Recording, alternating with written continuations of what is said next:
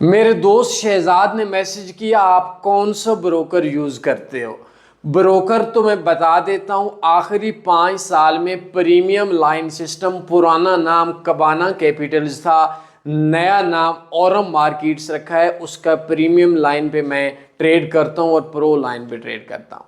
लेकिन अक्सर लोग बोलते हैं कि आपने ब्रोकर बताया था, हमने अकाउंट ओपन कर लिया और हम लोगों को वो प्रीमियम लाइन सिस्टम ब्रोकर देता नहीं है, आपने हम लोगों के साथ गलत बयानी की। भाई सिस्टम जो होता है वो मखसूस लोगों को मिलता है, वो हर बंदे को प्रीमियम लाइन वो नहीं मिलता जिस के अंदर मेरा एक अकाउंट का मैं चले कम से कम प्रॉफिट या इन्वेस्टर पासवर्ड दूं तो 58,500 प्लस डॉलर प्रॉफिट है।